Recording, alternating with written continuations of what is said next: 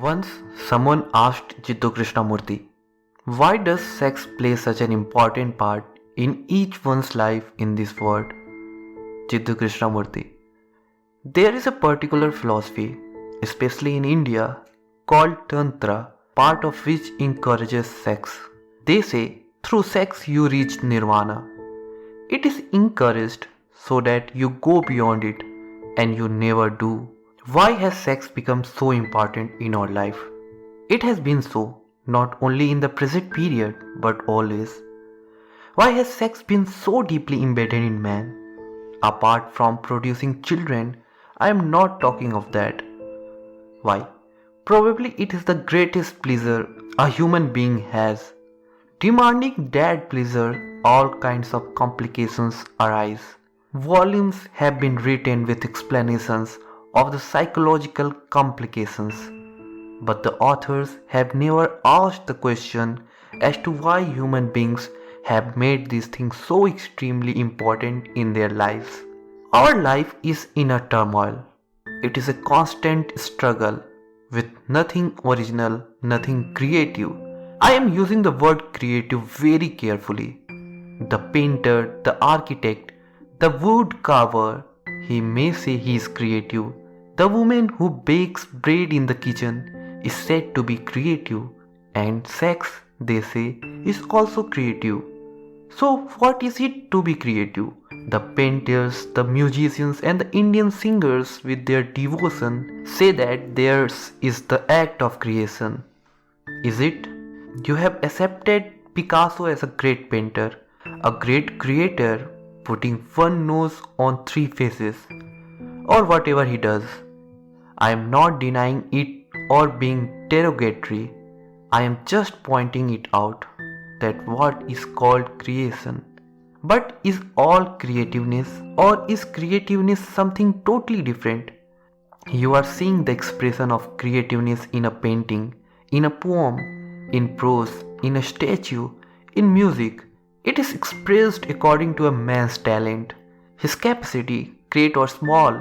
It may be modern rock or back. I am sorry to compare the two. They are quite incomparable. We human beings have accepted all that as creative because it brings fame, money and position. But I am asking, is that creativity? Can there be creation is the most profound sense of that word. So long as there is egotism, so long as there is the demand for success, money and recognition, supplying the market. Do not agree with me please. I am just pointing out.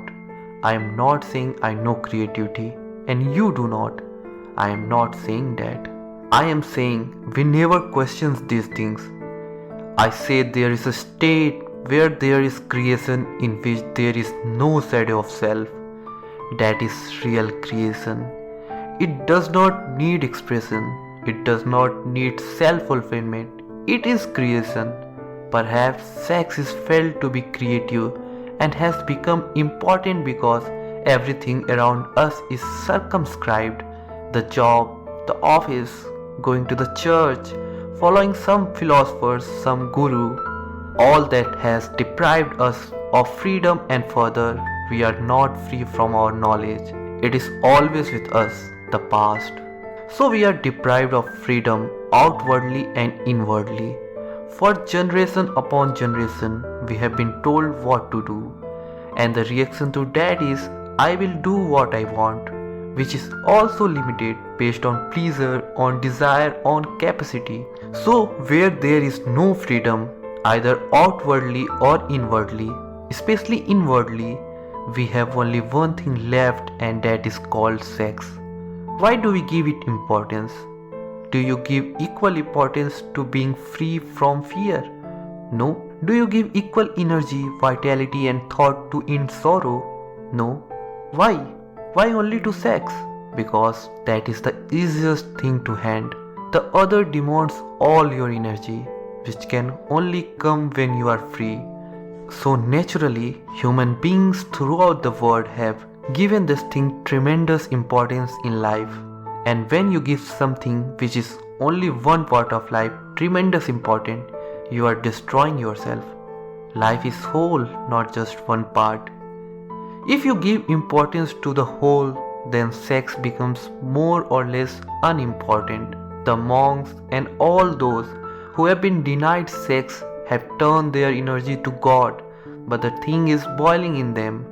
Nature cannot be suppressed, but when you give that thing all importance, then you are corrupt.